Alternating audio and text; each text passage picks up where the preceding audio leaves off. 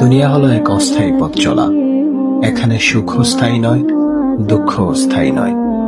আল্লাহ এই দুনিয়াকে বানিয়েছেন মুমিনের জন্য পরীক্ষা আর কাফেরের জন্য জান্নাত।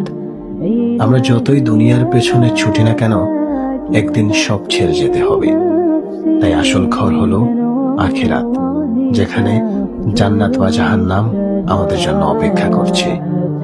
দুনিয়াকে ব্যবহার করুন আখিরাতের প্রস্তুতির জন্য, কারণ মৃত্যু খুব কাছে, অথচ আমরা তা ভুলে যাই।